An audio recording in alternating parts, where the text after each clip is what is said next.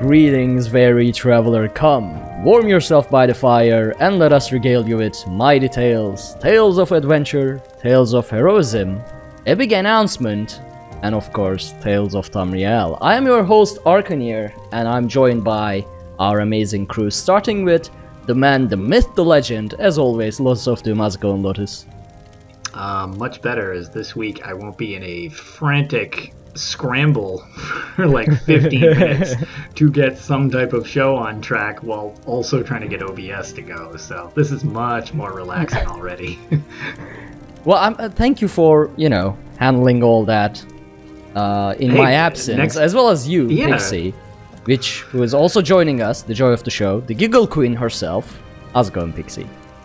Going fantastic over here.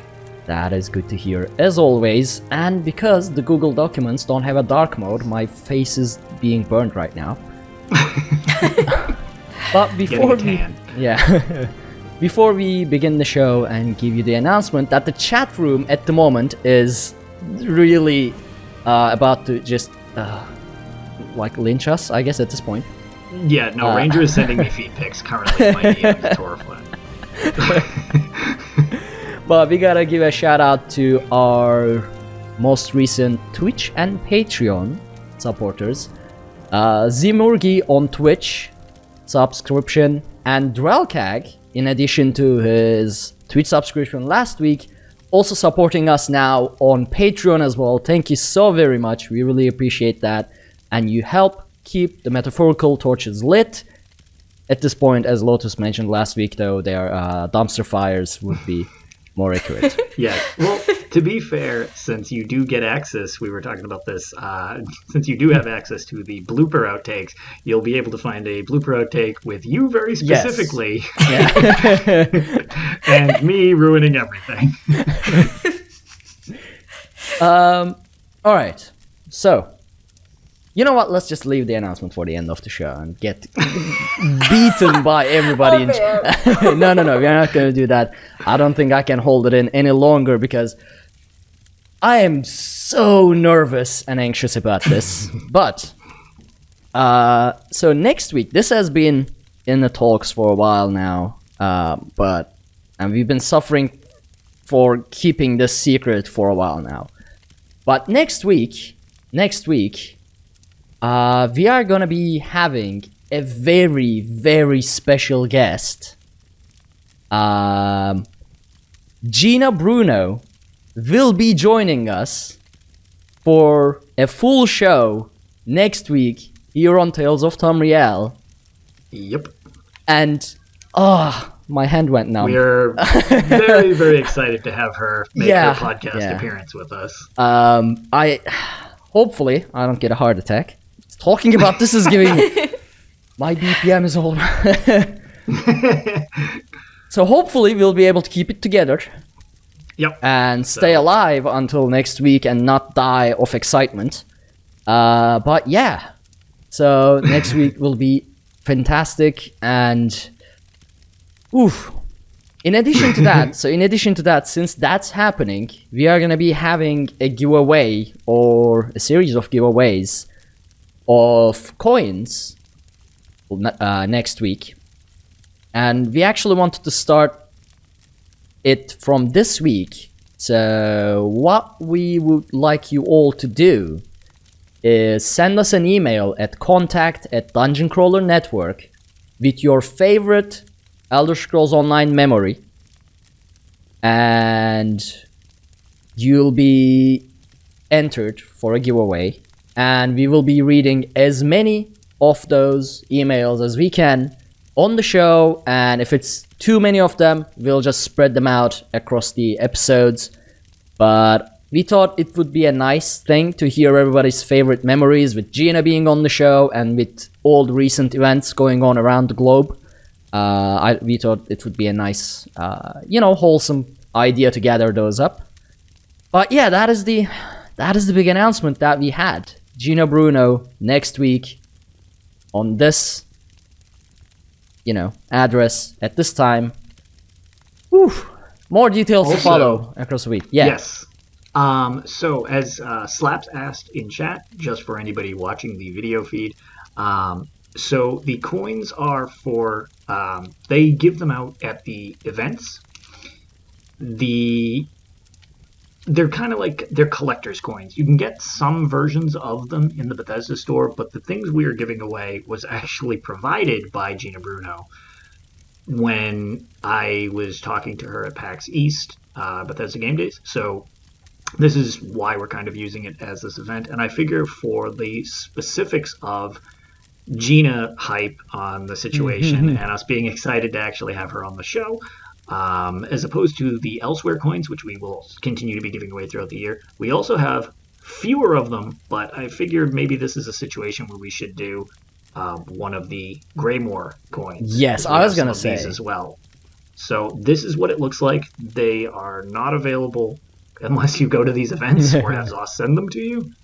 Trying to show it so it doesn't reflect quite as much.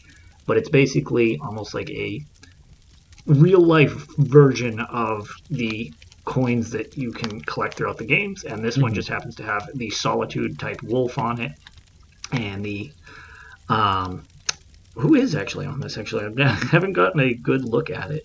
I know hiking someone. Oh, yep. Hiking someone. Terrible. Sovgrim. There we go. I can say words. But yes. So that's what we'll be giving out as a result. So feel free to send us an email. It doesn't necessarily have to be super lengthy because we would like to read some of these. So try to keep them somewhat condensed. But yeah, for the Gina Bruno specific one, I figured it's a little more appropriate to do a Greymore specific one. And we did the, if you had seen on Twitter, we did the 3 elsewhere ones, which look like they are arriving, luckily. I was kind of concerned with the mailing system and the current state of the world, if it would maybe get held up in transit. But they're arriving, so it seems like it's about 5 days till they arrive, as long as you're in the United States. Probably longer if you're not. haven't tested global yet. We don't know. It's going to be a test. Not sure. But yep, so that's what it's for. We've established that Lotus is our resident extrovert because when he meets Gina Bruno, he asks if we could have her on the show and gets the whole thing set up.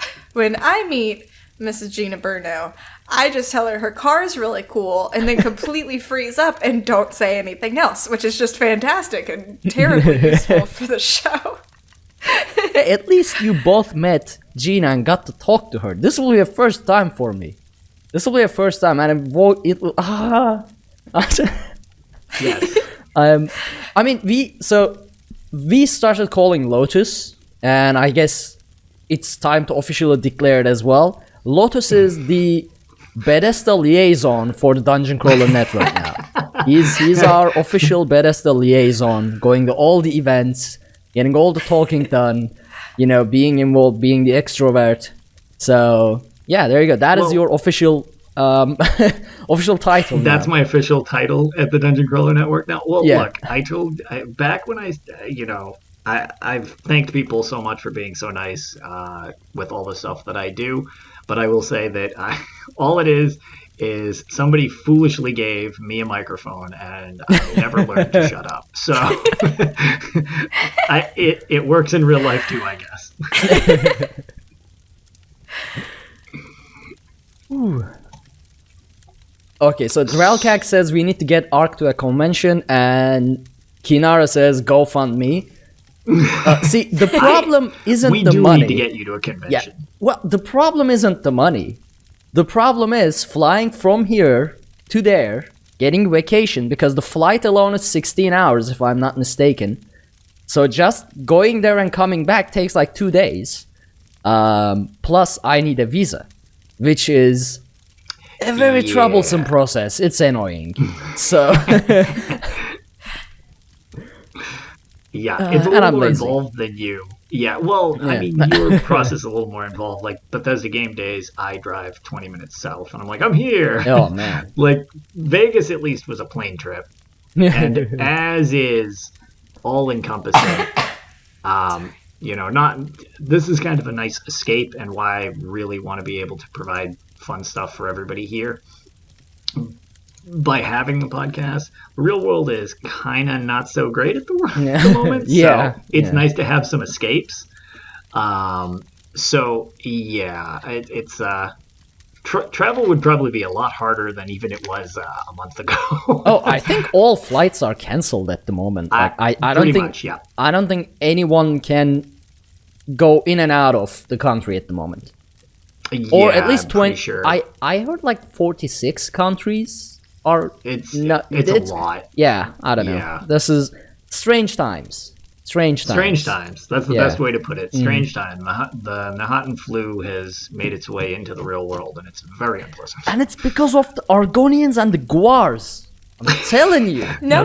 See, Do not bring the Argonians into this. I You was can about to blame say, the don't bring Guars the all you Guar want, into this. No. but not the Argonians. No. See, the Guars devised and probably engineered the Kenathan flu, and then they gave it to Argonians for Argonians to spread them because it makes perfect sense. I've been telling you the Guars are evil, and now they are even affecting the real life. They have grown, their evilry grown over Tamriel. And you haven't listened to me about this. It was I think we can all just agree that it's really the lizard man's. It's the horrible hybrid of both of them. I can't argue with that too much. Yeah, How can you argue with lizard mans? I actually saw a meme about it, like the overlords apologized and said we will reset the simulations back to 2015.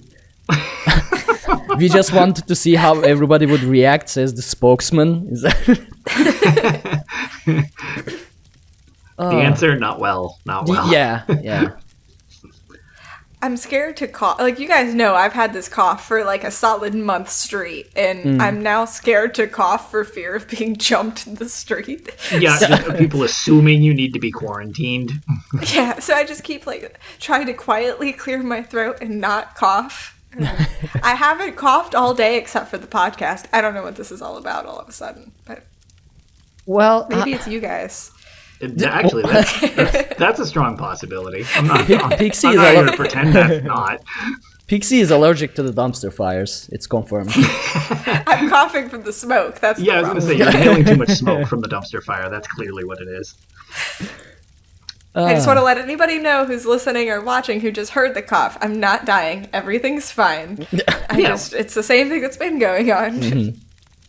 I mean, I edit like 99% of those, so people didn't really know that it was happening anyway. Oops. Now I will have to not edit it, so it makes sense. Like, well, we do sometimes. It is funny that sometimes things are edited out that we like. Oh yeah, Ark's totally a robot, and blah blah blah blah, and then the produced version comes out and you sound totally fine. So we're like making references to things that aren't in the recorded version. It's like, about that. I sometimes try to think about like, should I deliberately leave this in? Or just like so it makes sense that what we are talking just so about. They have an idea. Yeah. And so I just realized this is a second pre-show for everyone. We derailed a bit. What? Oh, right. No, we got excited and then overstimulated. That was the problem. Yeah. Look, I put all the notes in. I mean, all the news in the notes. See how efficient I am? Look. Well, since you have done that, why don't you go ahead and actually tell us about the news as well? Oh, crap. You brought this up on yourself. I wasn't going to mention any news this week because of our announcement, but you were like, oh, we have Jesters Festival, so... Look, all right, so... It's on you. So, yeah, the Jesters Festival's coming up. I don't think I've ever hidden the fact that I think the Jesters things are, like, weird. This festival is strange, but it's fun the first time you do it. It's a little more lengthy. There's only 3 quests. But it's going to start on Thursday, March 26th at 10 a.m. EDT, the usual startup time. and it runs until April 2nd at 10 a.m. So you get a decent amount of time. How many days is that? Oh, God, don't make me count. Numbers. It's a certain amount of days. Nobody knows. Those are the 2 dates, but nobody knows how long that takes place over. So, you can do them every 24 hours to get your event tickets.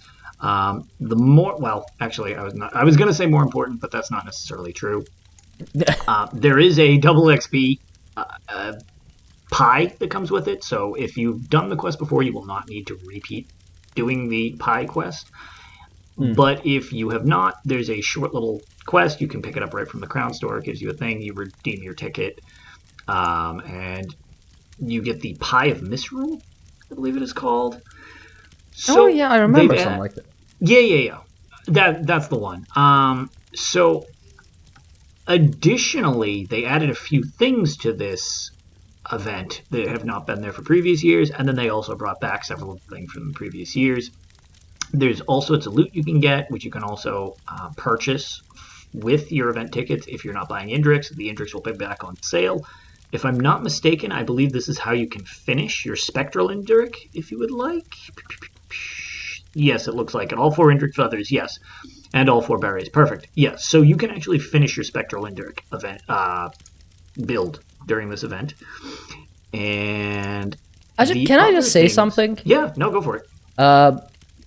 You know how we are never really prepared about the news, and we just wing it and generally just give like half right, half random information, or just we really shouldn't do that when Gina is on the show. Well, she'll be here to correct us. Look, that is actually time we tried to. We don't have to prepare at all for the next show. She'll have this on lockdown for us. There we go. Other thing, remember way back when we first tried, we discussed this last week, so this is kind of deja vu. Remember last, when the first time we kind of got the tickets and it was toward building this Indrix, and we tried explaining this in chat, and Dominic Davies was in chat with us, and he was like, oh my god, this couldn't be more incorrect. And we're like, really? I think we got this. And he's like, no. And he sent us that flow chart of like how to buy the feathers to then buy the berries to make the thing. And I was like, oh yeah, we were explaining that real bad, weren't we? He's like, yes, you were. It's like, well, that's why you're here. So shout out to Zos for making sure we can read instructions properly. But the other thing, well, the one thing that I thought was kind of interesting that they've added about this event is there's a new pet. You know the pig that you saved that's the princess and everybody complains because you get bounties while trying to save her? Yes. Well, you can make her as a pet now. Oh my god. Yeah. So that's one of the things that I thought was pretty funny.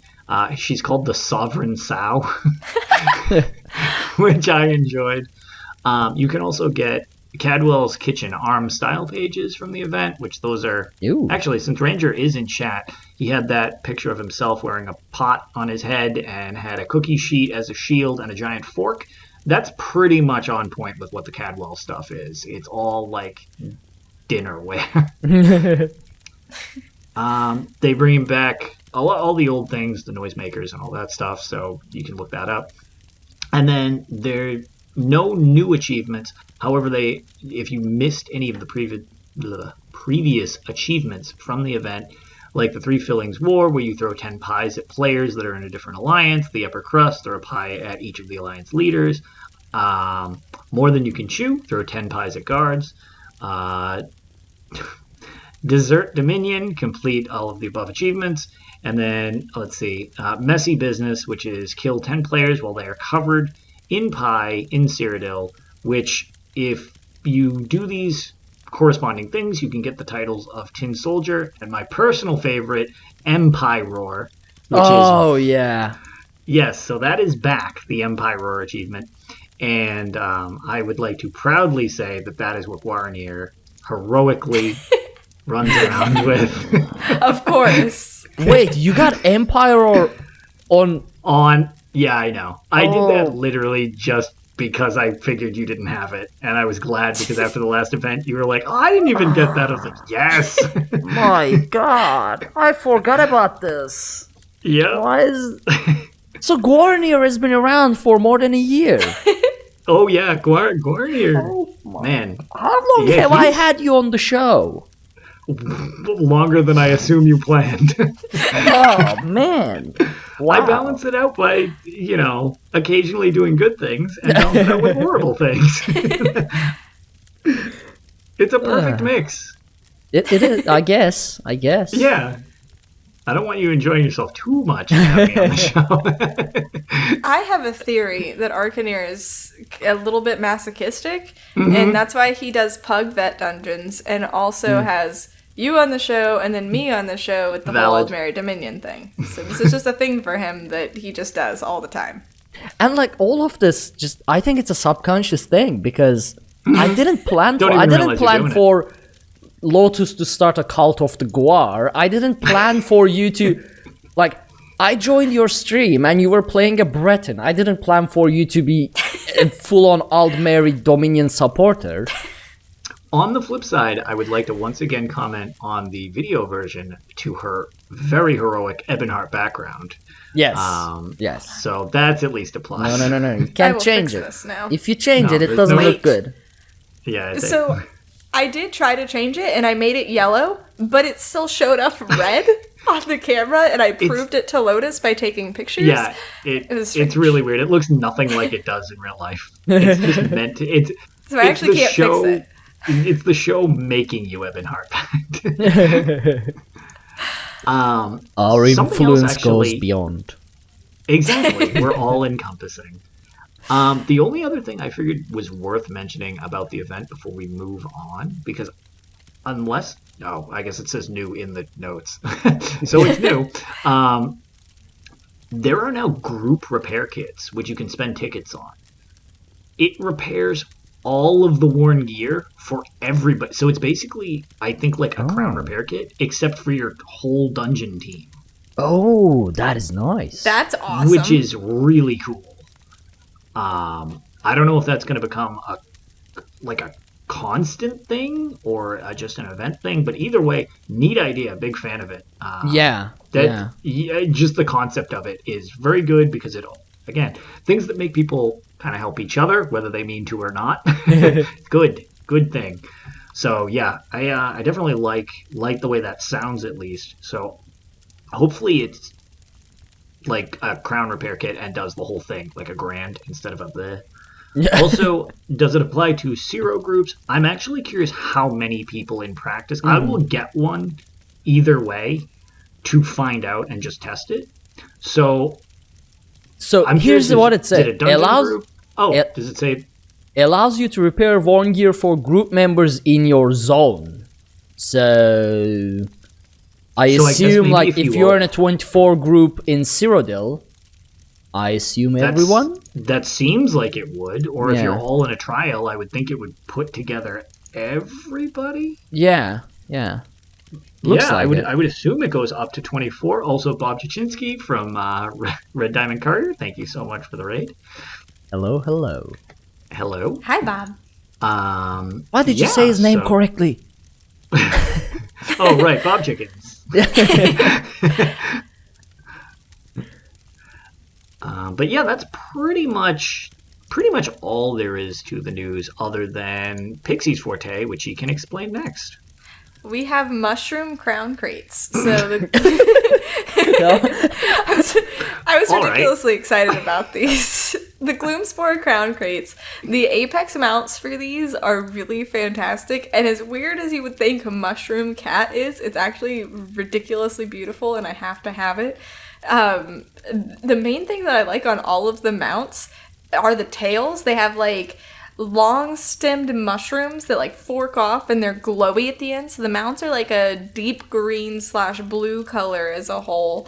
But then the tails are like bright and glowy, and they're just so cool looking, and their animation to spawn in is really unique, and I really, really love them. There's also some really fun emotes of like waving a lichen in the air, and it's just great. A lot of them are Blackreach themed. Like I know, Ark, you posted that you got the miniature sun, and it's gorgeous. Also super bright. It's blinding. I can't use it anywhere. I don't know what to do with it. Put it outside. Even outside, I tried putting it on Hunter's Glade, and it was like, so you could put it in front of the actual sun, and it would blind you more in the game. It's brighter than the in-game sun. And see, this new monitor, this new monitor is super bright as well. So when I mix it with that sun, I can't look at the screen. It's too bright. I want it really bad in my greenhouse because I filled my greenhouse with all of the magical glowy plants, and I need the glowy light in there too. And I think right, so you just don't want to see the greenhouse. I mean, I want to make sure all of my all of my plants are adequately nourished by this miniature. Blinded, yes. Yeah. Yes, they all need sunburns. Just give them some sunglasses. Just on each mushroom and plant, you just put a little pair of sunglasses. It would be perfect. It is. It's definitely worth the. I think it was 100 gems. It's definitely worth it in my opinion. But I haven't found a use for it. Like when I find the use for it, it'll be worth it. I think. Hopefully. I probably won't be able to see it, but still. Sorry. That's rambling. Oh no. So both the Auroran Warhorse and the Twilight Auroran Warhorse are actually in there as well, which if you like the whole Meridia themed stuff, I have a tune that has a Meridia based backstory, so I want one of those for her. Those are 100 crown gems as well. The Twilight one in particular with the black and gold is super beautiful. So they have a lot of good lower tier things as well, aside from just the cool Apex mounts. So I'm actually really excited for these, and I'm probably going to be buying a bunch more in the future. All the ESO crowns that I get, they're going to be crown crates. I told myself I was going to save, but then the new crown season launched, and that just didn't happen. Yeah, but what if something much more amazing and Skyrim-y comes when Greymore chapter hits and you haven't saved your crowns? I keep asking myself that question, but then I see the mushroom mounts again, and I really like mushrooms. Skyrim beats mushrooms. So it's hard. But to be fair, isn't the answer always, I just bought more crowns? Yeah. So, some random person just raided the stream called Agelos. Oh, weird. I wonder who that could be. Hi, Ag. Yeah. His name sounds so familiar. Hey. So that is our founder. The random person. In case that joke was lost, anyone. Yeah. Hey, there might be new people here. Yes. Very, very true. He is the one who started this all. Indeed. And then foolishly trusted all to me, so... Yeah. And he brought on the Dominion spy. Wasn't on purpose. I didn't know you were an AD supporter. I thought you were Daggerfall Covenant. Which is okay. I mean... Daggerfall is okay. Yeah, they're fine. But... Yeah, so that's... pretty much the extent of the news, I think. Yes? Yeah. Yeah, I think so. All right. See, there was plenty of news. Yeah. All that news. Just tripping over news. That brings us to the brain. Come on. Ow, I hit my microphone. With my glasses Don't hurt yourself. Nailed it. So... in my current setup, the microphone's like spider arms pointed thing is right in front of my face. And I tried to like put my head down because I was trying to think and I just slammed my head to it. Anyway, Tails, there we go. It's slowly catching up, my brain. So Lotus, you have your tales, a lot of them, I think. So why don't you go on ahead and start us off with your tales? All right. ESO-wise, not super busy. However, I would like to specifically shout out one of my Trials guilds, and I've been running with them a whole bunch, just different people in the community, and their name hurts me slightly. However, they're a bunch of Daedra worshippers, so it's totally fine. And they are the APF, or I'm going to choke on these words, the Aldmeri People Front. They're not actually all Dominion people, but the name still hurts me because it has the wrong thing in the title, and it makes me sad. However, they're an awesome group of people on the PS4. I know many of them actually listen to the show, so that's also very flattering. That I actually met some of them because of just being in zone with them, I believe it was. And they had me join them. Great group of people, just all around.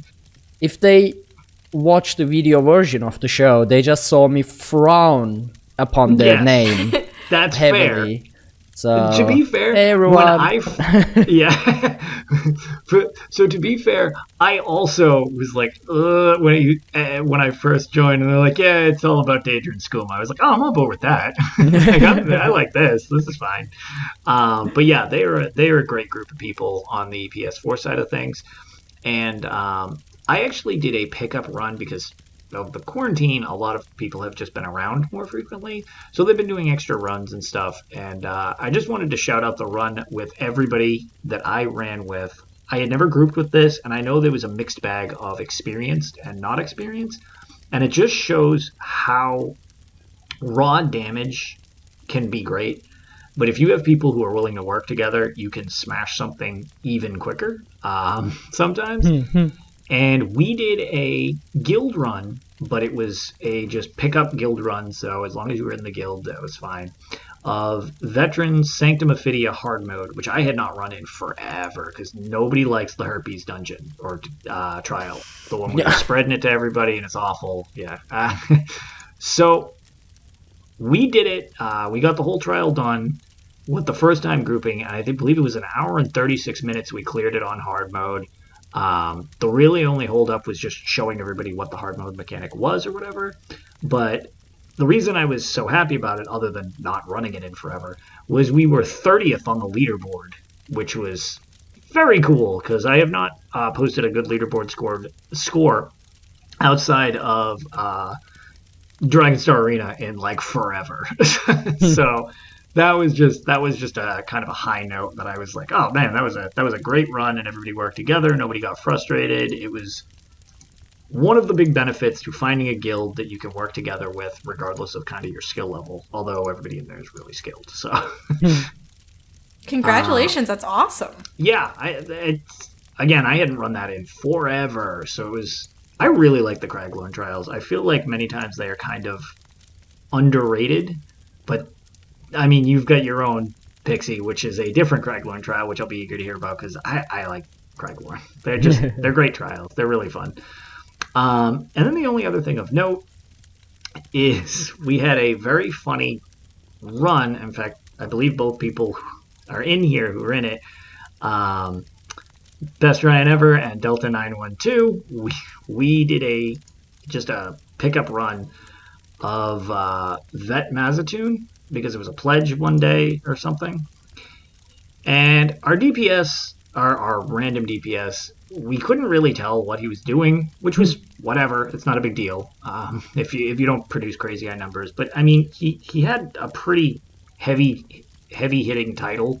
I believe it was the one for the trifecta in March of Sacrifices, the Alpha Predator or whatever it was. So we're like, oh, this guy's probably going to be, like, pretty efficient. That was not what we got. We got somebody who was doing light attack, soul drain, or whatever that thing is. Light attack, drain, light attack. And I'm like, oh, man, either he's doing a rotation real fast or he is literally doing two things. And it seemed like, I've run with Delta quite a few times, and I'm like, man, this doesn't seem much different than when Delta just does everything himself. And again, we're not going to name him, not that I remember it anyways, but in the end, it turned out that's because that basically is what Delta does solo, as it wasn't going great. So we triggered the hard mode, and we wiped once. We got it pretty low, actually. We got through both summon phases and got it down to execute, but we didn't get rid of the totems fast enough. It was like you know how you have to point out the statue? Mm-hmm. Mm-hmm. Well, the problem was Delta kept getting the statue at the same time a totem would come up. We're like, cool, we have 0 damage. Like, we just went from sort of damage to no damage. And so that didn't go great. And the guy immediately quits after one wipe. Doesn't say anything, just quits. And I'm like, well, that was abrupt. And we were like, well, we want to practice to get back in the grooves to start doing achievement runs anyways. We'll just 3-man this. So we did, but that's not the reason that this is of note. The reason this is of note, by the way, 3-manning it, the exact same difficulty as 4-manning it with that person. We noticed literally no difference. So I'm pretty sure he was just light attacking.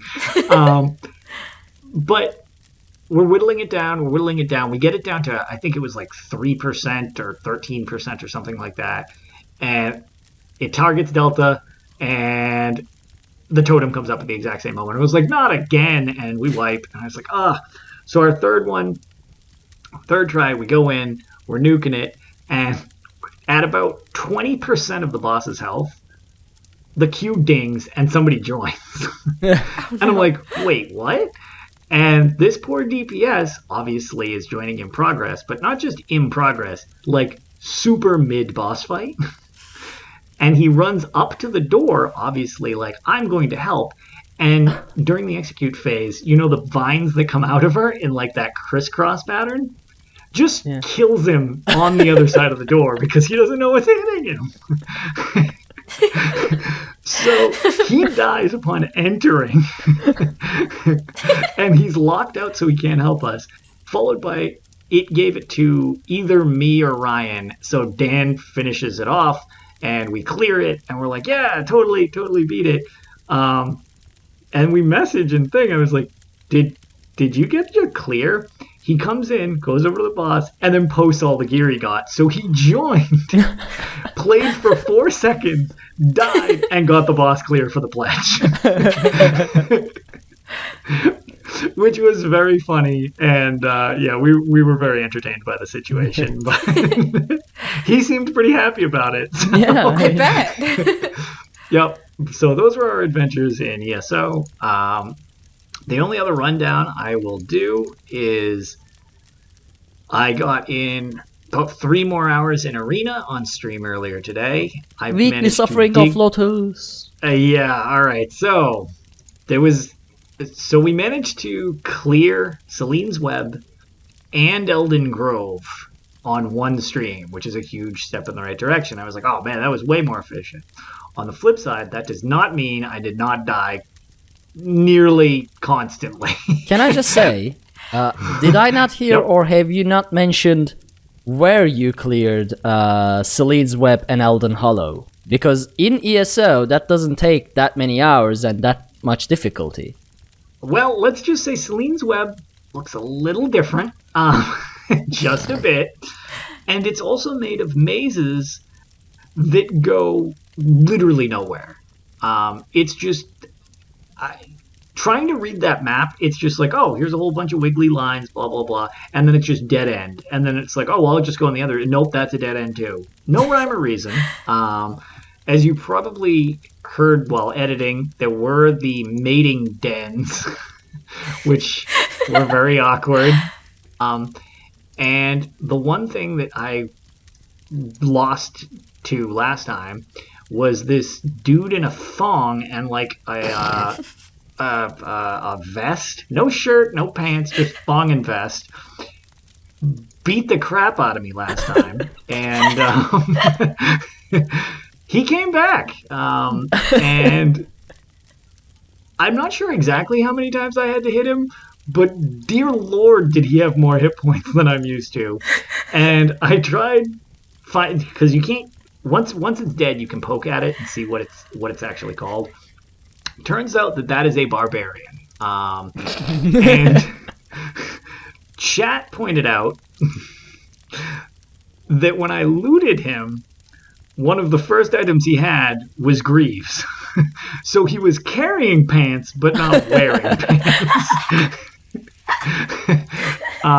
Which was very awkward. So anyways, we cleared out Celine's web. I found her gem. She just had a jewel that we had to get, which was known as Celine's heart. Brought that back. The ruler of the province in Eldenroot was like, okay, cool, here's Elden Grove. Go over this way. Here's your third staff piece. Elden Grove is really neat looking. It's super foggy. And it's basically a dungeon that is designed to look like you're outside. It made me think of, for anybody who's played Skyrim, do you remember the thing where you have the werewolf hunt during the blood moon? It's where you get the Savior's hide. Mm-hmm. It reminded me of that, because technically you're in a dungeon, but you're inside a dungeon, so to speak. It looked super like that. They did a great job of making it foggy, which was pretty much just tank the draw distance into the floor. But I mean, it hid stuff. Most of the stuff wasn't that bad in there. But then I went to the lower levels, which is kind of weird, but it's like a crypt underneath the forest. And that's where it turns out that it's all water, and swimming in that game is very, very slow. And I think I swam around for a good 25 minutes before I realized earlier I made a joke of like, hey, there's a boat. I've never seen a boat graphic before. I wish I could use this, to which I clicked on it a whole bunch of times. Nothing happened. You need to be in the water first, not try to get in the boat from land. You're not stepping into the boat. You're going into the water and then getting out of the water into the boat. It took me about 25 minutes before I figured that out, which really sped things up. Because then I could get around the boat, or get around in the boat a lot quicker. There were several more riddles, one of which was very straightforward, one of which, if it wasn't for clerical apathy, I'd probably still be there trying to figure out that damn riddle. But the things of note while in there was periodically I died to horrible spiders and all sorts of crap. At one point, I went to sleep, because that's how you always heal yourself in that game. And remember the reference I made to the last time I went to town and Jaeger had made a threat to me, and there was this giant thing that just one-shotted me? Well, this time it spawned jammed in basically a closet-sized thing. And surprise, it killed me. It was just there when I woke up after a nap. I got a good look at it because it was so close to me. It looked like a giant mummy made out of rocks. I have no idea what it was. I couldn't even hurt it, so I couldn't figure out what it was. But that thing vaporized me. And then after I got the Staff of Chaos piece and I healed up so that I could leave and get out of there, I had the problem of I took a nap and it's like, oh, you're being attacked, and it's a bunch of garbage. Like, oh, here's an orc and here's whatever. So I tried to sleep again after killing them. And the previous reference to the Bud Light Knight's dad, that enormous iron golem, just shows up on this tiny little island directly in front of me and beats the crap out of me again. I think I know what it is. Yes? It's Mike Finnegan's avatar traveled back to the development time of Arena and put himself into the game to make Arena the experience that it should have been as our hard mode dungeons. To be fair, I feel like the reason Mike Finnegan feeds off our tiers and makes these hard modes is he clearly got a lot of inspiration from these things. We've had Celine's Web, we've had Fang Lair, and I am a poster boy of how to die a lot in these things. And I feel like he must have looked through this when they were giving them the information and just been like, yeah, you know what? We're going to try to carry on the spirit of Arena, in which we just crush you under boot constantly while you wriggle to stay alive. But yeah, so, after those beatings, I managed to basically get free. You joined around the time that the ghost lady was giving me the directions to the next staff piece, to which, turns out, I made reference to, I was pretty sure I had heard the Halls of Colossus in the game. Well, my next destination is the Halls of Colossus. So yet another thing that Elder Scrolls Online has reference to is in Arena. So, man, like half of everything you do in Arena has related to another one in the series. So this is much more universally brought forward than I expected, to say the least. What if ZeniMax is just rebuilding Arena in secret? That's probably it. That's probably it. And to Mocha in chat, interesting. What if Arena is Finn's actual favorite game? Could be. Which could be. Could be. He's actually under quarantine right now, just playing Arena. He's like, oh man, I can't wait to put this next thing in here. Oh no. Don't give him ideas. But yeah, so that was pretty much all of my adventures throughout the varying degrees of Tamriel this week. All right. Well, as usual, I enjoy your Arena suffering, so there's that.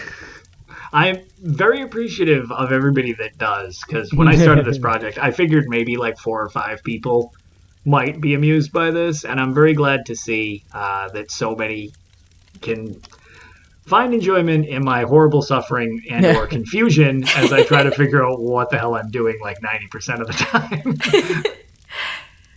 It's fantastic. You should definitely keep doing things like this because it just makes us so happy. Well, I think I'm committed at this point to playing through all games in the series.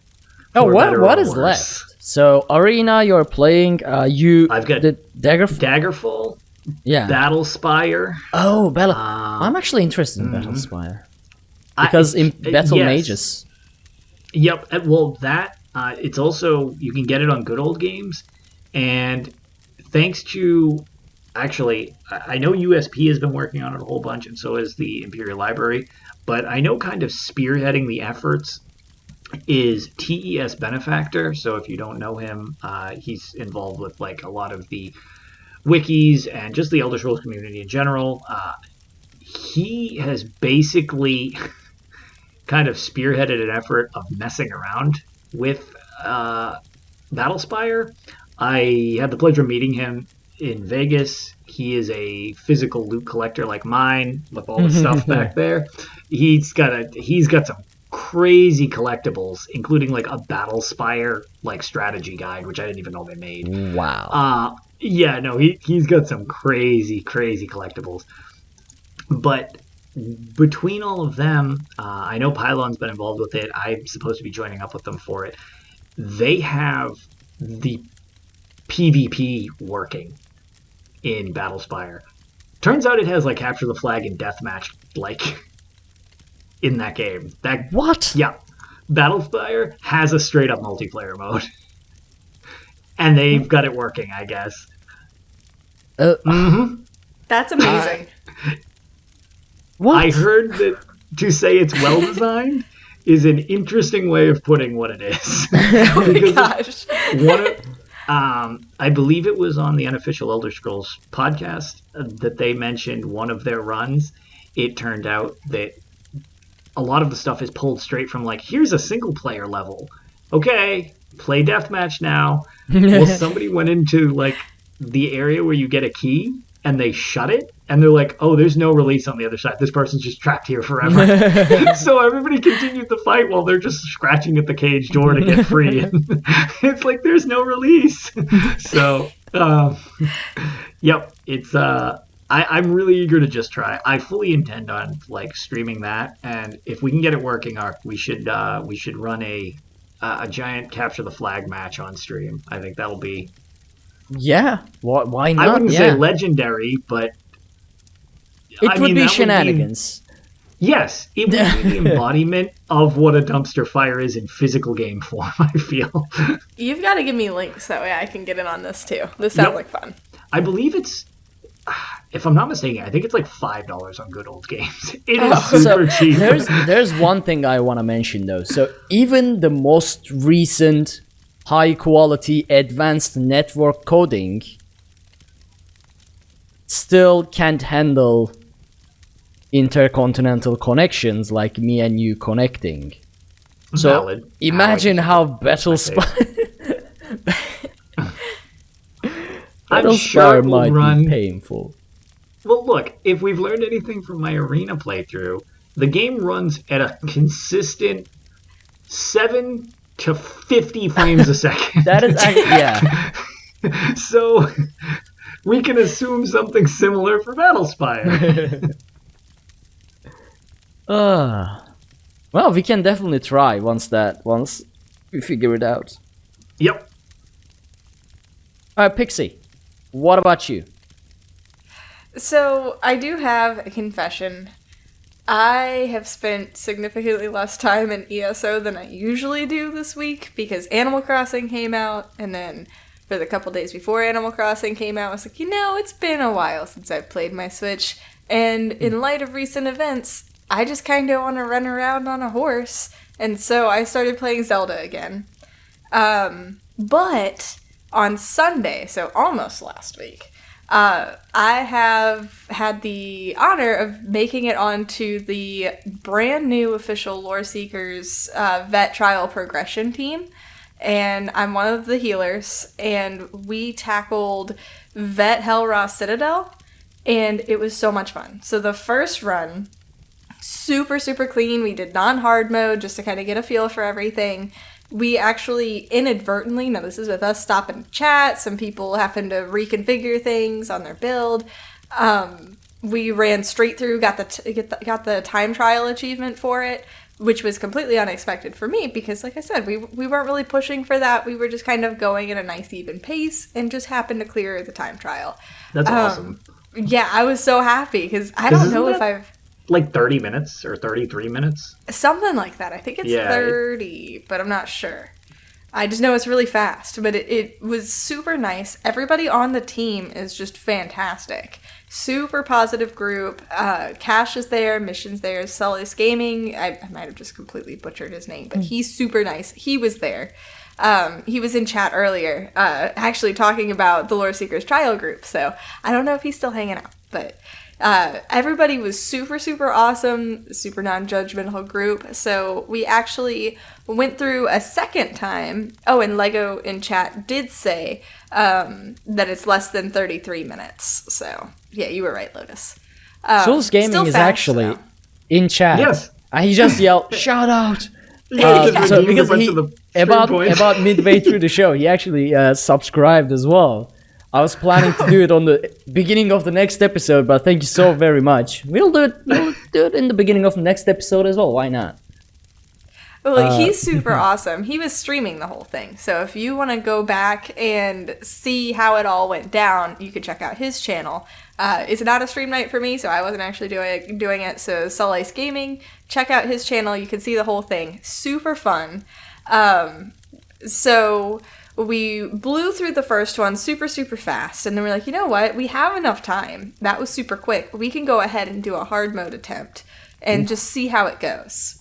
So we blow through the first part of the trial again. We get to the final boss, and it was just a lot of us hadn't done it before. I had gotten the hard mode clear, so I knew the basic mechanics, but somehow managed to completely forget, like, roll out of the AoE, dummy. Why are you standing right in a line? Yes, you, Pixie, you have managed to stand in a perfect line. Now please gently move out of the way of the thing that's about to kill you instead of standing right in the middle of it. So that first wipe was completely my fault because the bad thing was, so I died, they got me back up, and then I was immediately one-shotted by something else as soon as I stood up. And I'm like, oh no, and then it happened again in that same, and the whole time I'm like, I have my Necro Res available, I can save us. I just have to not die for a minute, and then we will be fine. And then I just keep dying. So it took us a few tries, but we eventually got through it. The only part that was really tripping, I know me up as a healer. So I actually recently learned about block casting. Did not know that was a thing. Also forgot it was a thing for the first few runs, so I'd get to Starfall phase, and I'd be like, listen, I can heal or I can block, but I can't do both. And somebody said something block cast, and I'm like, okay, apparently I can do both, and just completely forgot this. The other bad thing is that I also have very low stamina, and so trying to keep myself alive while healing the group. So eventually at the end we figured it out. So we are going to be tackling that again tomorrow night, actually. Because the rule with this Lore Seekers progression trial group is that we keep going on the same trial until we can get through the hard mode without any group wipes. So, like, if one or two people die, that's fine, but if the whole group wipes, we do it again next week until we get it perfect. So even if you clear, you do it again until there's, like, you clear it on the first try. Right. Ooh. Yes. Ooh. So, okay, by the time rough. we get to Sunspire, though, maybe we'll have a whole group full of Godslayers, is my hope. It'll be fun. We're just let me be optimistic. I know I'm probably wrong. Just let me be optimistic. No, just give it time. You'll get there. I mean, it's practice makes perfect. It's exactly. Like I need the mount. I mean, I'd assume before even halfway through this progression journey, you'll be a better player than anyone I play with. Maybe except Geo, but Geo is the most try-hard person I know. So it's like that's just not normal. But that's, to be fair though, that is a great way of doing that. I was talking to Mission about that. I think that's a really good way of pushing through stuff. You don't need to be perfect. Nobody can screw up, because that can get a little tedious at a certain point. But if you can do, okay, a no wipe run, it's like, well, then a mistake can still be made, but you even know how to recover on the fly. So you've obviously got some good synergy going if you can go through, whatever, that dungeon, that trial, anything like that without a wipe. That's solid, even if you don't want to go like all in. It's like, okay, nobody can die at any point. It's like, well, mistakes happen, bars don't switch or something like that. That can be a botch. But if you can have a team pull it together, because sometimes a clutch save to a run can be more impressive than just like, oh wow, we blew through it. But it's like, oh, if you lose a couple people and then you recover, it's like, oh damn, that's almost even more impressive sometimes.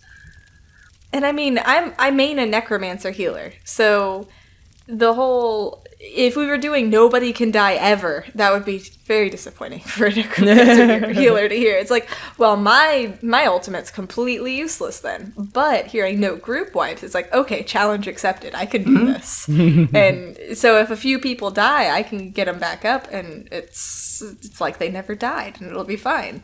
So it's really exciting to me, and already, just the first run, I already learned something that's going to make me a better player in the long run. So I'm really excited to see what I continue to learn this whole time. And as somebody who hasn't cleared every single trial, even on normal, getting to see things in the game that I haven't seen is extremely exciting to me. So the only Craglorn trial that I can remember doing is Hell Ra Citadel. I thought it was Aetherian Archive, but then went into Hell Ra, and I was like, oh, it's my first time here. And I was like, wait a second. This looks just like I remember Aetherian Archive. And then I got to the point where we split groups. I'm like, I got the names backwards. I have done this one. I didn't do the other one. So I'm just really excited to experience different things that I never got a chance to in the game, and learn from some truly amazing players who are also fantastic, non-toxic people. So if I do screw up a run and die because I was not being very bright and literally stood in the AoE when I was just supposed to move slightly to the right, they're not going to yell at me. So it was a great time, and I'm really looking forward to doing it again tomorrow night. And that pretty much wraps up my tales, except I have one more thing. So I mentioned that I've been like Animal Crossing nonstop. I did manage to bring a little touch of ESO into Animal Crossing, and I got to. So you move to a little island, and you civilize that island. And Now I know what's build coming it up. now. No. I named my I don't know if I island like this. Aridon, and it's so pretty, and I love it so much. Is there And- PvP in Animal Crossing? I mean, you could hit each other with nets and axes. I was going to say, net attack. Everyone attack Gorodon. Can Your you, nets. like, can you, I don't know, destroy someone else's island or stuff like that? Fish her oceans dry, then she'll be forced to leave. Also, is Okay, there I'm blocking all of crossplay you on my between Switch. PC and Switch or something? Just asking Lucky for for me, no. irrelevant reasons. Nope. Oh, man. What a bad game. But Letting people name places with Elvish names, Yeah. but not letting be other fair- people attack it? Like, what mean, kind of Nintendo- a one-sided game is this? Gee. I thought Nintendo policed these things. This should be a censored name. Not acceptable name. Deleted. and Kinara says, even when she's not playing ESO, she's playing ESO. And I mean, true. But that wraps it up for me, though. Otherwise, it'll just evolve into Tales of Animal Crossing. 'Cause as much as I'd love that, I can stop now. I'm blind. I mean, as we pointed out, the communities have kind of overlapped from Bethesda's side of things. We were joking about Doom. It's everybody's on the Doom train, i.e. me. They're on the Animal Crossing train, or they're still just hanging out playing ESO. Yeah. All the communities have kind of just welded together into a big mess. Well, I do also actually have Tales this time. Also, since I Hooray. skipped a week. Details. So this part, the first part, is actually happened the previous week, but since I wasn't here, I wasn't able to talk about it. So we, with the Drunkenborn's A team, again, that is Ophelia Noir, Geo, and Ugo, and me, we went ahead and cleared the Hero Storm dungeons on Veteran with our usual 3 DPS 1 tank setup, which was fun. It went actually a lot more easier than say like Scale Color Peak without a healer or Bloodroot Forge without a healer. So it was easier than those dungeons without a healer, but not hard mode. Gonna get there. We also did the whole secret part of the Unhallowed Grave. Now, I'm not gonna give spoilers about it, but when we first realized, because no one knew what to do and where to find the secret, and because we were all like running around like crazy, we just heard a voice, and after running around like crazy, we figured something out, trying to avoid spoilers, and we were all like, oh! Whoa! Everyone was going crazy. It was, and it actually extends the dungeon, like the run duration, by a lot, but it's definitely worth it. It was so throughout the whole secret things, we were like, whoa, and it just kept throughout the whole dungeon. But it is difficult to find them, but it's worth it to spend the time. Or if you don't want to try and find them, we actually had to get help from chat at some point, because apparently we ended up looking at the wrong place for like 20 minutes until we caved in and we're like, chat, please tell us where to look. Dig us out of this. Yeah. But we eventually cleared both of them without a healer, which was again, easier than the previous veteran dungeons. Like Scale Color Peak, doing Scale Color without a healer is just pure pain. Especially that poison phase for the tank, as a tank, it's like, okay, I have to stay alive, but I'm taking 150k damage a second. Like, it's not gonna work. Then we tried the hard mode. We tried the hard mode on Ice Reach first. God, that is brutal. Like, remember how I said... Mechanics. Yeah, remember how I said Ice Reach on Veteran was easier than most other DLC dungeons? Hard mode is not. Hard mode, the difference between hard mode and the normal veteran is insane. So the whole dungeon on veteran takes 20 minutes, and then we got to the hard mode, and we were like, so we started hitting, and the giant summoned, and we were like, okay, previous boss, that's not a good sign. And then the giant started doing its thing. Because we were doing 3 DPS, we ended up killing the mage before the giant, as usual. So the stranglers started to spawn while the giant was still alive. And we couldn't... So when the stranglers spawn, you get fire on you, there's a tornado going around, there's the giant just smacking people. And then we realized, okay, let's kill the giant first. We started a rotation. I think we only got to the phase 3 once. It's just everything gets too chaotic on the second phase with stranglers, because someone gets the fire, the person who gets the fire has to go to the iced stranglers.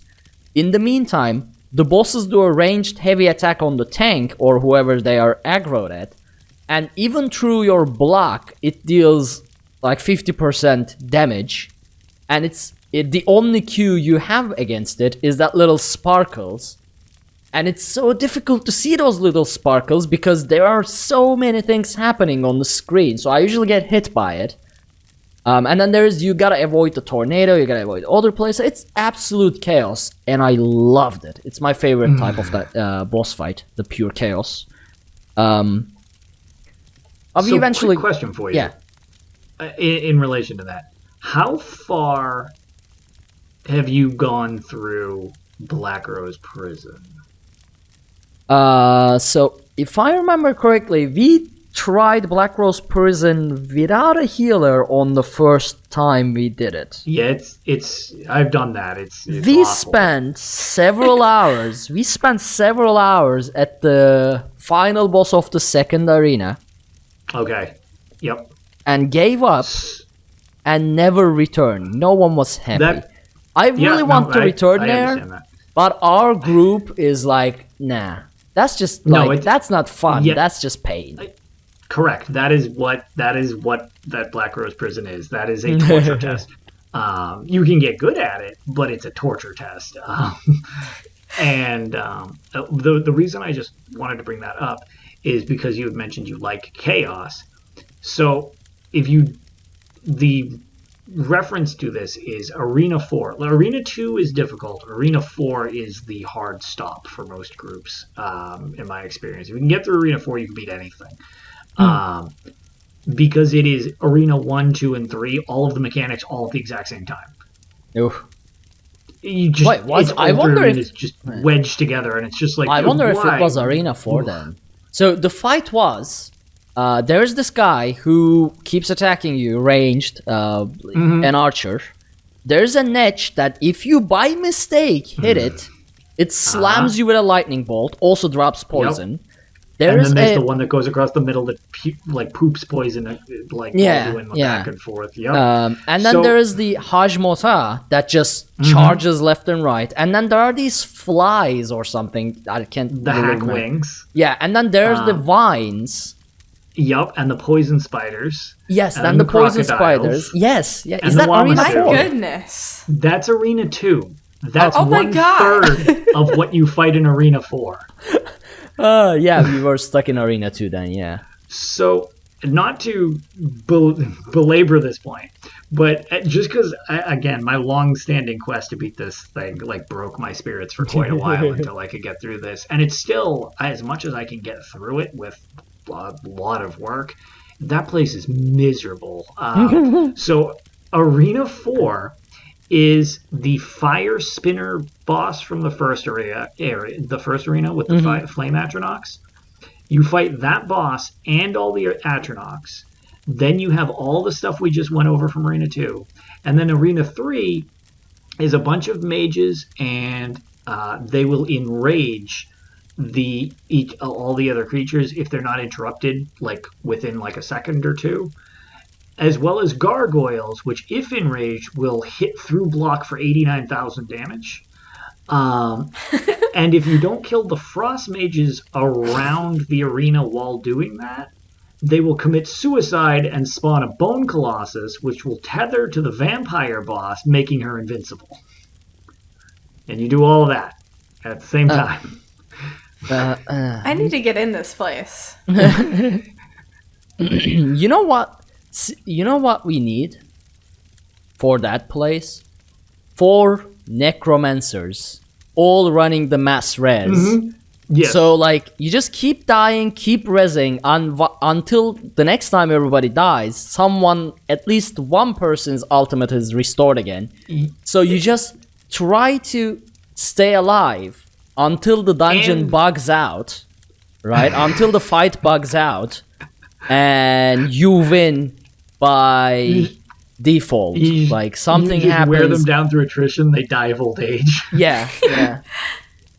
Now, if you guys want to come over to the PCNA side of things, I will happily necromancer for you. If you guys want to make necromancer tunes, yeah, can or get an just all have a necro giant run necro. Well, the other thing is one of the sigils in there's no damage increase sigil. There's that Mass res sigil. Yeah, that's a good way of putting it without several swear words like I was about to do. That's much better than my way of putting that. Yes, the mass res button. It's like the little pulsating heart. Yeah, that is like your best friend. It's amazing.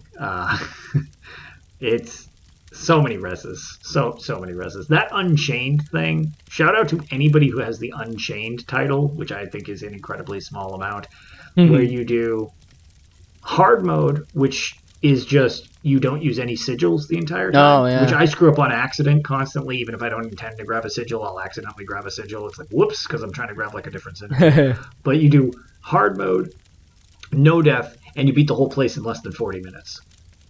Imagine you are about to do, like, you are just bosses at 1% and you activate a sigil by mistake, trying to get blessed shards or something. Yep. Monitor out the window. Also, Ugo just joined in chat for the first time during live chat. He is one of the A team. He is one of the 3 DPS that I was just talking about. Yes, you were just also, referencing Ugo, why are you awake at this hour? That is... I summoned him by mentioning our A team. But yeah, I really want to go back to Black Rose Prison, but at the same time, I fear that it will break our group again, so I don't push for it. But if one day Nika, Gio, and Ugo decides that okay, let's try Black Rose Prison again, I'll be up for it. I suffered Frost Vault for 11 hours, 8 of which was on the same boss with pugs. I've done that laser boss with pugs for, I think, 8 hours non-stop straight. The group changed so many times. So I think I'm resistant to what Black Rose Prison can throw at me. So, you know how, like, one of the things is like, when you try really hard to do something, and then when you finally do it, you just, that sense of accomplishment for overcoming something super hard. I didn't get that upon completion of Black Rose Prison because it broke my spirit and then stepped on it so many times by the time I did clear it that I was just like, cool, I win. I'd like to go to bed. And I just basically just turned off the thing. We all said goodbye to each other, and I'm like, yeah, good job, everybody. Goodbye. See, that's and I the just thing. didn't play games for a couple of days. I was just like, this just like ruined me. So you think you won, but you actually haven't. It's Mike Finnegan who won that. Even if you secretly won all along. Yeah. Even if you beat the dungeon, you still didn't win. But yeah. So in that sense, I think Ice Reach is just chaotic enough that it is super fun, but it is not like spirit breaking, and it has less RNG as far as I can see than Scale Color Peaks hard mode chaos. Because that's in Scale Color Peaks, I love about the new ones. It's so little RNG. Yeah. Like there is still some RNG, like who gets the fire. Sure. Where is the tornado placed? Like, or where is the strangler spawn? Things like that. But it's not like, oh, I am in an AoE, and if I step right, I will be in the ice. If I step left, I will be in the stone. If I step forward, so all I can do is just stay here and die. That doesn't happen like in Scale Color Peak. You can work around the RNG in Ice Reach. But again, it was getting late, and we wanted to do Unhallowed Grave as well. So we're like, okay, let's do Ice Reach later, hard mode. And we might actually bring a healer for that one, because we are not sure how doable it is for our group with 3 DPS 1 tank. But then we moved on to Unhallowed Grave. As I said, like, we cleared the secrets and everything, and we thought, okay, let's try hard mode as well, right? We activated the hard mode. I pulled the boss. I did a heavy attack. Boss looked at me and I died. I'm like, what? Okay, alright, I guess I missed, because at this point I'm sleeping. I guess I missed a heavy attack or something from the boss. I was like, okay, let's try again. We activated the hard mode. I ran to the boss. I hit him, taunted him, started blocking, died. At that point I'm like, okay. I'm not seeing something, right? There's gotta be an attack or something. Activate hard mode, run to the boss, pull the boss, taunt him, start blocking, start my, like, put on my, Insidious shields, Bone shield, like, Vigor. I use everything. Boss just slaps me and I die. I'm like, what? You're not, what? So, we gave up. The group was like,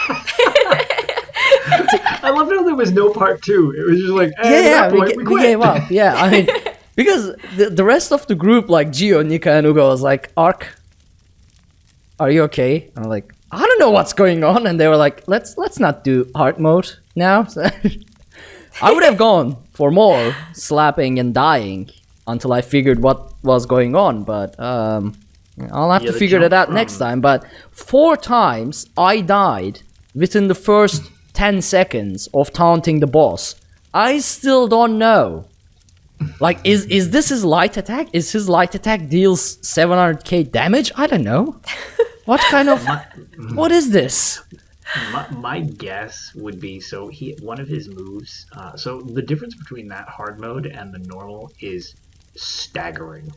In the damage he outputs, staggering. But he will do like a light attack type of thing, but it will throw out these little ground projectiles. You're probably soaking all the ground projectiles, would be my guess. I didn't even see a ground projectile. This is the first time I'm hearing about it. Yeah, my guess would be you're close enough that all of them just pegged you immediately and melted you into dust. Wait, did you ever get to the hand physic? I don't know if you even got to that point. Well, in normal veteran, he grabs me like something from the ground. Like multiply that by 3, because that's how much damage it's going to do. It literally brings me down to like 4% health when he uses that move if I'm not completely shielded to the rafters. It is insane how much damage that dude does. How do you see this? Because I haven't. 5 times in a row within 1 minute of each other. It is. Goodness it is me. Rough. Yeah, it is rough. I mean, that's about how my group's hard mode attempt went. Now, I was healing, and we would pull, and then we'd all immediately die for unknown reasons. Just like, bam, tank's dead. Then the boss looks at us, and then we just pee ourselves and die of fright right there. So, I mean, it's so. SD says our tank went Plague Doctor and Massive Health. So I was running, I think, either Ebon Armory and Plague Doctor, or Ebon Armory and Battalion Defender, or Plague Doctor and Battalion Defender. In any case, I have at least 37k health, which can be a bit low for some heavy-hitting bosses. But I was using Battalion Defender because we weren't using a healer. So... but next time I can go in there, I could use my full selfish setup, which involves Plague Doctor, and Warrior Poet. And that brings you up to full resistance without being buffed. And I think 49k health without with just food buff. Plus anything you can put on top of that. That kind of being brought up in at 37k isn't enough. Yeah, because like I said, he drops like 38k bombs on you with that like fist move alone. It is just, it is rough. That dude hits like a freight train. Yeah, normally I'm running with 43k health most of the time. Depending on like if the boss isn't hitting like single heavy attacks, I switch to a set that can heal the group as well, which is Battalion Defender, but it doesn't give much health. So you drop to like 37k health or something like that, but you keep healing everyone and yourself, which is nice. Which I might be changing up with Hitty, the new set, Hitty's whatever. The Hitty set or whatever it's called. Yeah. So it's a Magicka set, unfortunately, but the 5th bonus is interesting. Whenever you heal yourself or an ally, you drop an aura, or rather you open an aura, which apparently is a massive aura, according to Geo, and it heals everyone in it for 1k every 1 second, and reduces the cost of block, sprint, and dodge by 5%. So I'm gonna try that. I'm gonna try mixing that with Battalion Defender. I'm gonna play around with it. Anyway, so yeah, we didn't do the hard mode, basically. But we are gonna go back there, and now with this information, if I can see the things that I need to avoid, I will avoid them, most likely, probably, perhaps. They're quick. Just keep in mind, they are quick. Like they come out fast. It's just like, oh, and there it is. Oh, there it is. It's like, what else did I do? Right. So yesterday, I joined Avi and Paige in ESO. So we all know who Avi is. She is one of the best photographers of Elder Scrolls Online and games. She is amazing. She does fantastic reshade filters and takes absolutely fantastic photos of the game. And she's overall a great person. But Paige is someone who the Elder Scrolls Online community might not know, because she used to be a community manager at Frontier, the developers of Elite Dangerous, Planet Coasters, and things like that. She was on the Elite Dangerous side, which is where I know her from. And Elite Dangerous community is one of my favorite communities, like Elder Scrolls Online as well. It actually, at one point, I tweeted both of them, like both Frontier and Elder Scrolls Online. I was like, say hello to each other, and they actually did. So it was a nice like fan moment for me. So she was streaming as well, and she was streaming Elder Scrolls Online. I was like, wow, you play Elder Scrolls Online? So I hopped in, and they were grouped up and they were doing dragon hunting. So I found them in the game, teleporting around like, and I joined the group. And we hunted dragons. It was very fun shenanigans. And then we went into the house of Paige, which has a cat council. Basically a fireplace and several cats just around the fire. And we all sat down. And since it was cat council, my kind of inner role player kicked in. And I was like asking questions to the council.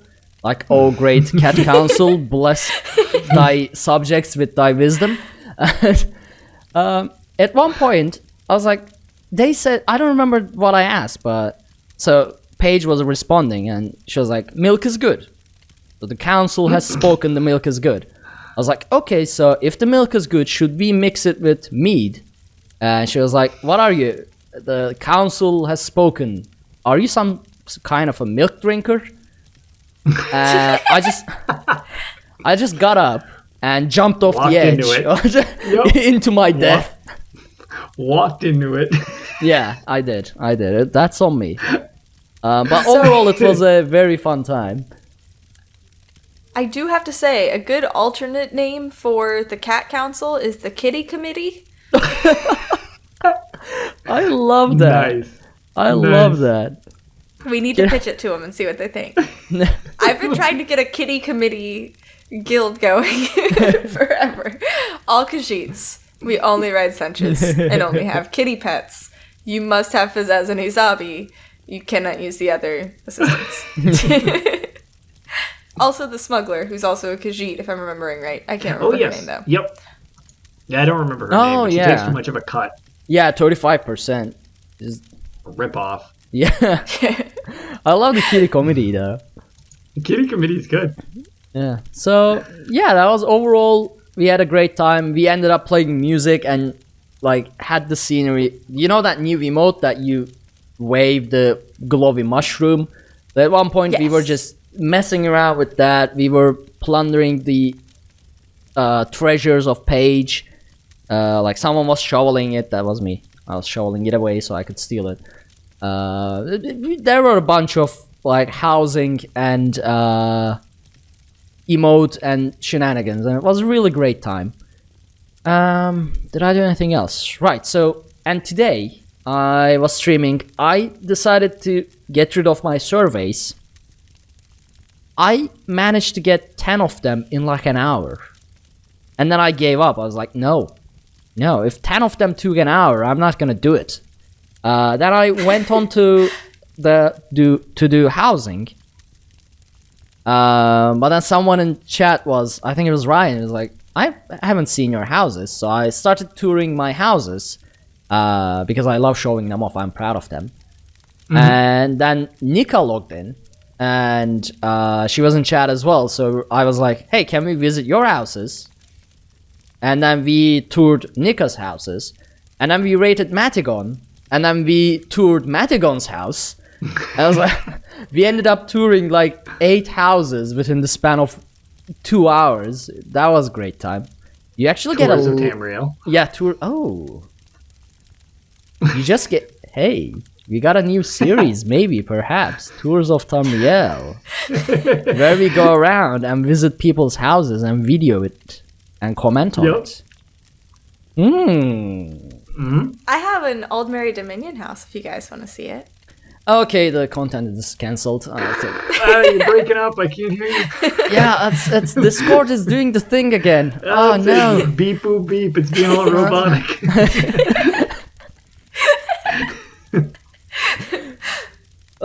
So yeah, that was what I've been doing in... Oh, we actually did our first DCN Guild, PC European Mega Server Guild, Hero Storm runs with Ryan and Kika.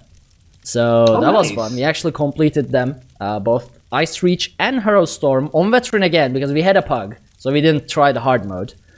Sure. And then we really wanted to try the hard mode, but the time difference and... Like Ryan had his trial run and things like that, so we haven't been able to schedule it, but we are gonna do it.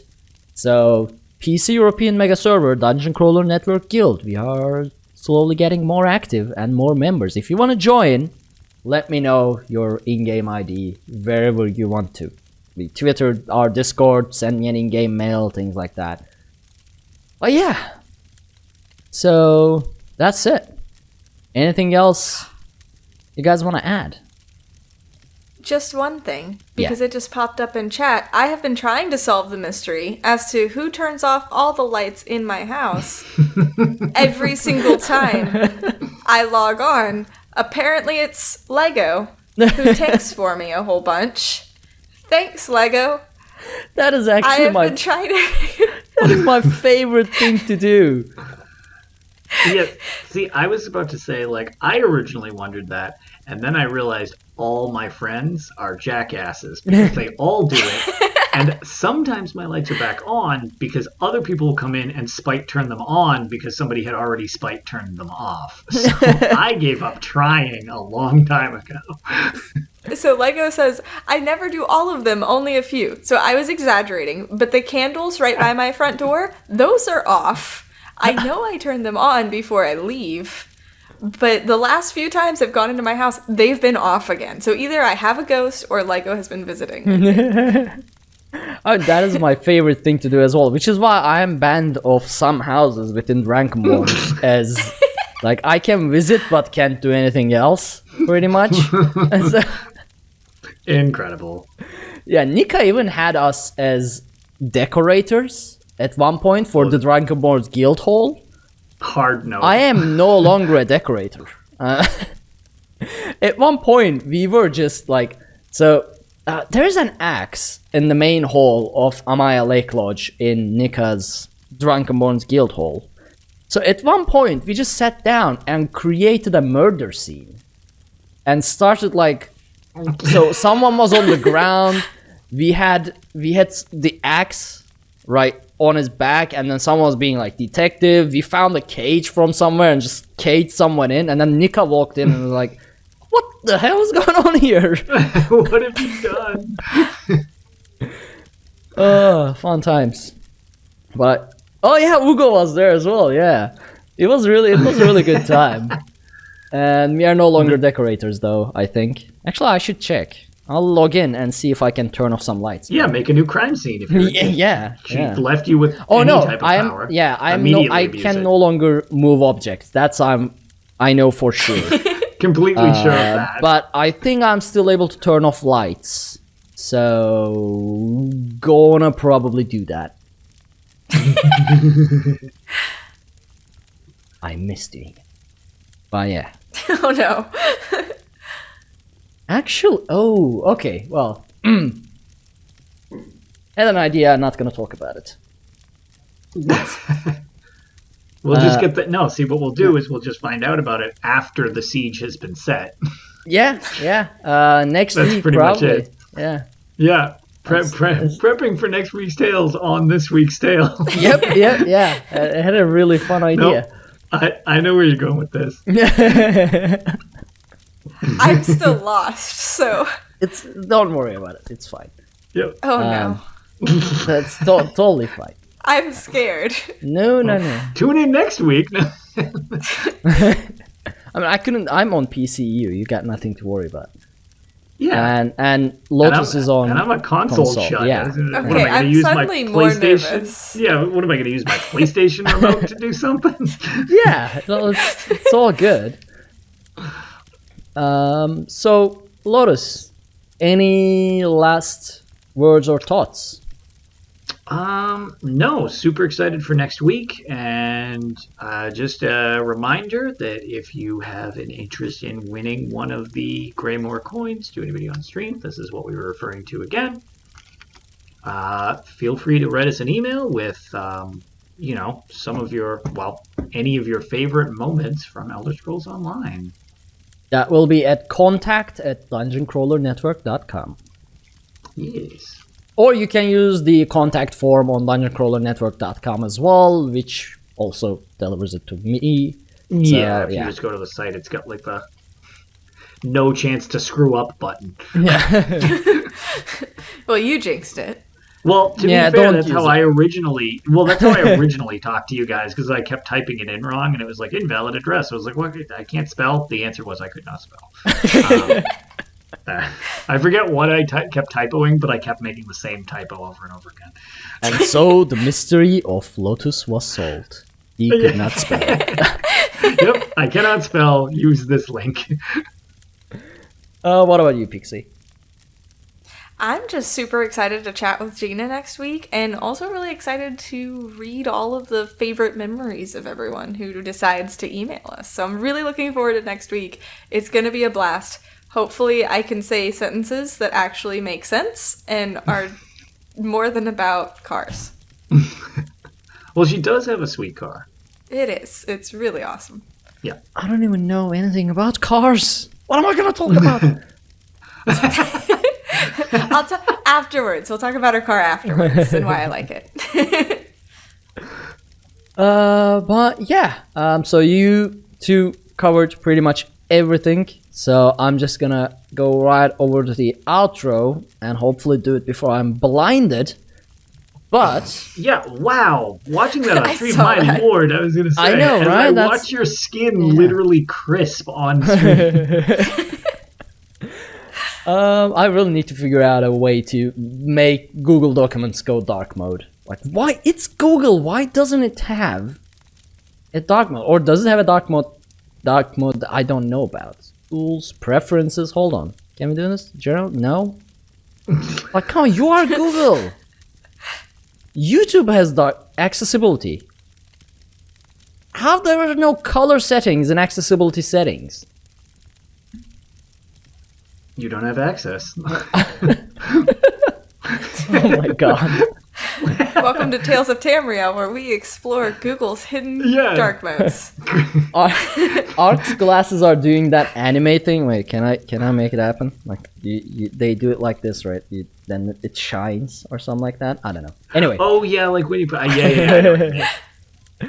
Anyway, you can follow everything we do over at dungeoncrawlernetwork.com. There you can find links to all of our social media, including Twitch, YouTube, Twitter, and Facebook. Be sure to check out our Patreon at patreon.com/dungeoncrawlernetwork if you want to help support the show, and consider leaving us a 5-star review on iTunes so people know that we are a real podcast, that we say real words, and when we say real words about Pact and Guards being evil, it matters. Rest of the times, it does not. Thanks so much for joining. No, don't interrupt. This is the outro. You don't get to Feel victimized. Thank you all so much for joining on this episode of Tales of Tamriel, and we will see you all next week with Gina joining us. Have a great night, everyone. Bye, everybody. Bye.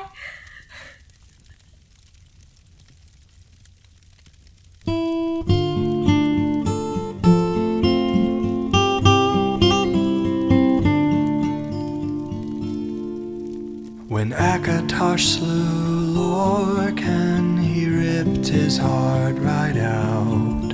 He hurled it across Tamriel, and the heart was heard to shout, red diamond, the heart and soul of men. Red diamond, protect us till the end. The laughing heart sprayed blood afar, a gout on Seer it fell, and like a dart shot to its mark down in an alien well. Magica fused the Lorcan blood to crystal red and strong. Then wild elves cut and polished it down to Chimel at a ball. Red diamond, the heart and soul of men. Red diamond, protect us till the end. When elves lost Nirn to men, Akatosh gave the stone to Saint Alesh in token of her right to sit the throne. Red diamond,